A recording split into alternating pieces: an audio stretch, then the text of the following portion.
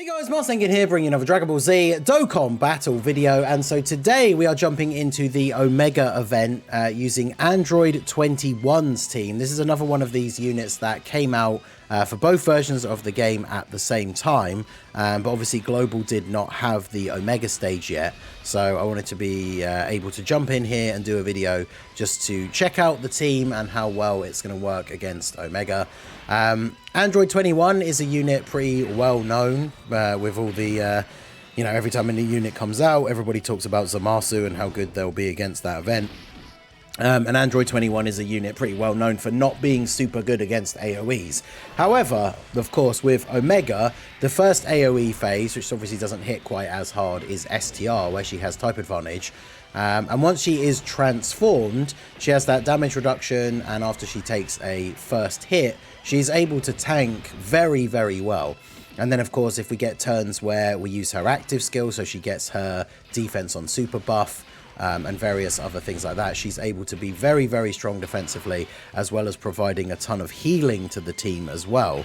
So I think we are going to be looking pretty good. Now, the one thing about this Android 21 team that is going to be very interesting for this fight specifically is that the first phase cancels dodge, which means that both the base form 21 and like the physical LR androids lose a lot of their defensive capability, because that's kind of their main defensive tech, right?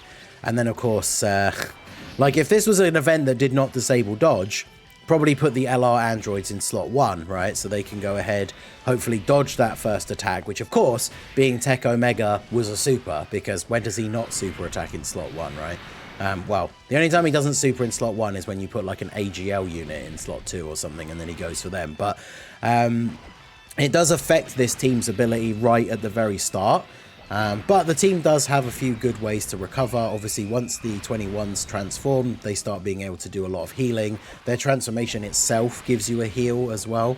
And then, of course, we get units like the Android 13 that starts stacking up and then transforms, has ridiculously high base defense, so can heal you a lot by picking up a ton of orbs. So we do have ways to recover from this quite nicely.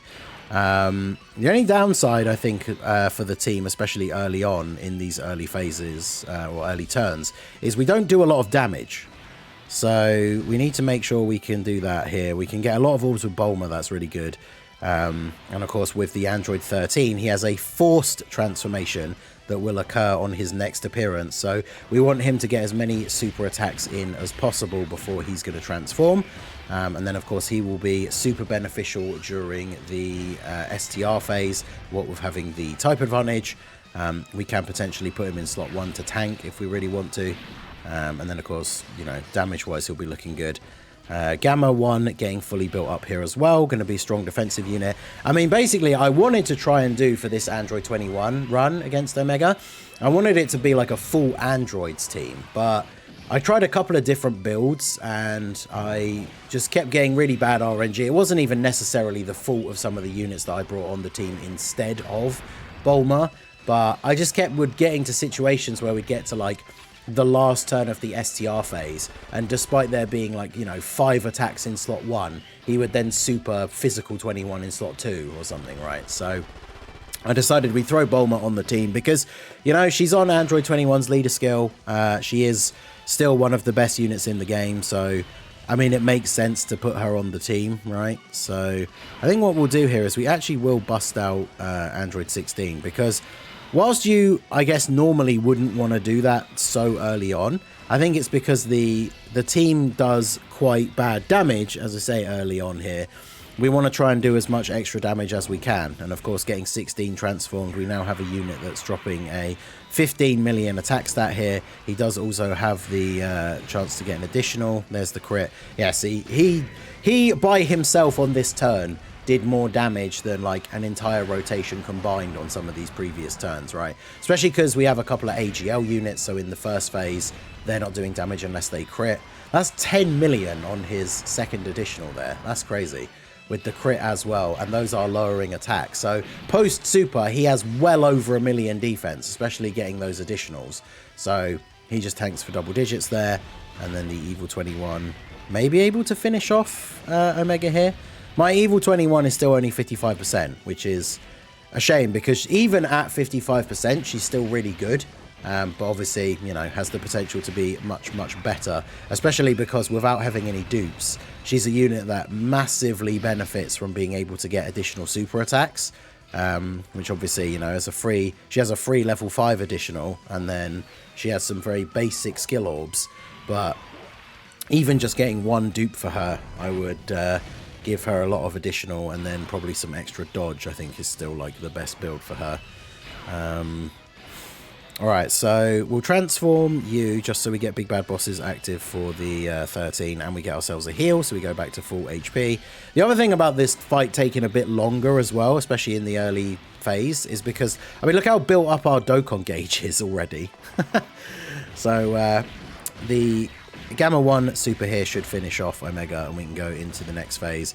Now, this is where we have to be a little bit careful, because we're going to have... Oh, okay, he didn't finish him off, and we're going to get supered. But we should still take double-digit damage from this, right?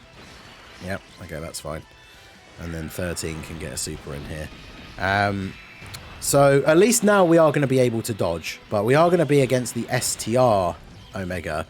Probably not the best starting rotation, to be honest, for him, considering... Well, we got Bulma, but... Actually, no, this works quite nicely if I float... if I float off 21 here. Is it 7 orbs you need for the guaranteed additional super? Yeah, so let's get the 7. Get the actual additional super attack here for Bulma. And then post-super. It's good that the AoE is where it is for 16 at least. 21 will probably take a bit of damage, but she's got what? Yeah, she's only got 256k defense. She's probably going to take a fair bit of damage from the AoE. She does have 21% damage reduction, though. And, of course, he's supering straight away, which means all of his attacks for the rest of the turn do extra damage.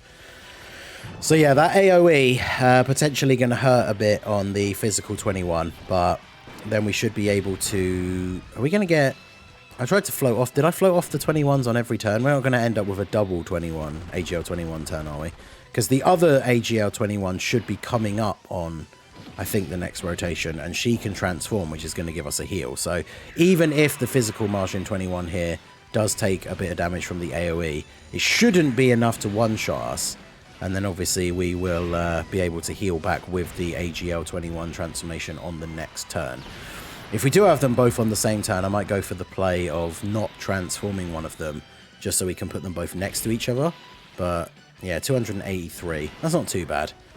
And then obviously 16 tanks all of the normals for double-digit damage, despite the type disadvantage, which is really good. And then, yeah, we should be all good now. We're going to get... Is it double 21 on the next rotation? I want to try and save her active skill. Remember, AGL 21, her active skill can be used the turn after she transforms. But because we can use it for that strategy of, like, using it and then she gets her big defense buff, she can potentially then tank, like, the AoEs from Omega and stuff much, much better. So, yeah, so I think we just go ahead and do this, because then obviously that gives Gamma 1 Big Bad Bosses. So, yeah, I think that's the play here. Not Gamma 1, sorry, Android 13 obviously now gets Big Bad Bosses active. And what is his defense here?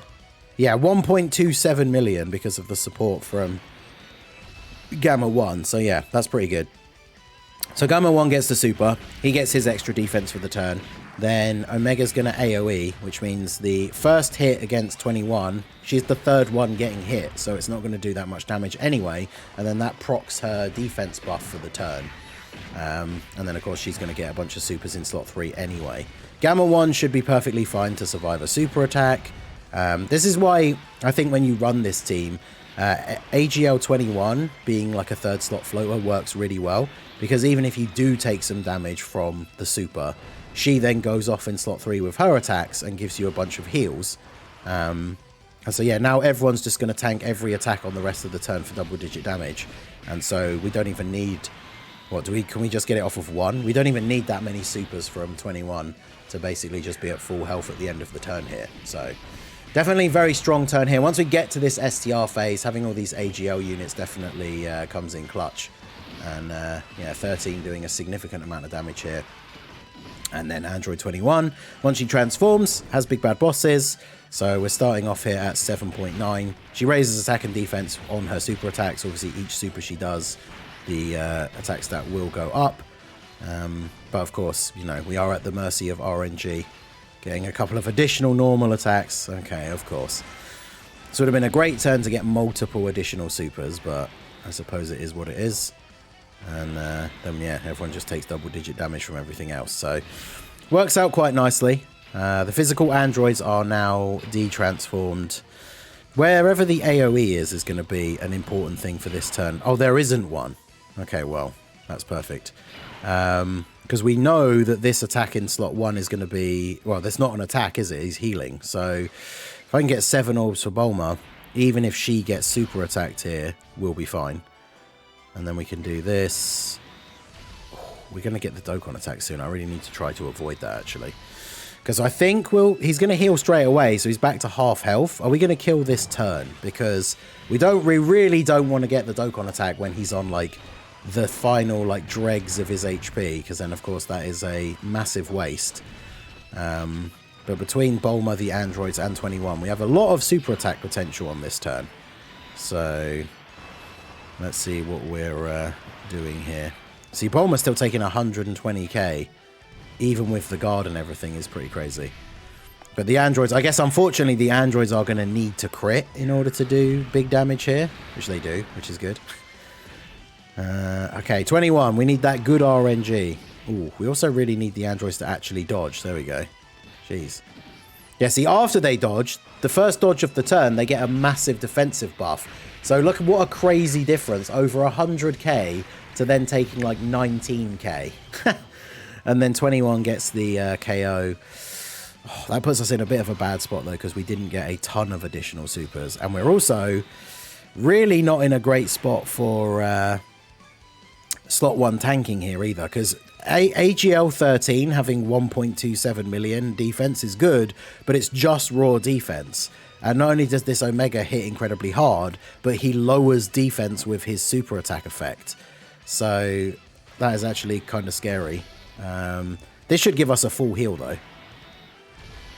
Yeah, because just because his raw defense is so high. He's also not doing any AoEs on this turn, which I think is kind of crazy. Do we live here if he super attacks immediately in slot 1? She's got 479k defense, but she does have 21% damage reduction. I'm actually genuinely not sure what happens. But there's no AoEs, so even if he supers straight away, as long as we live, then everyone else takes double-digit damage from the normals, right? So how much does this actually do?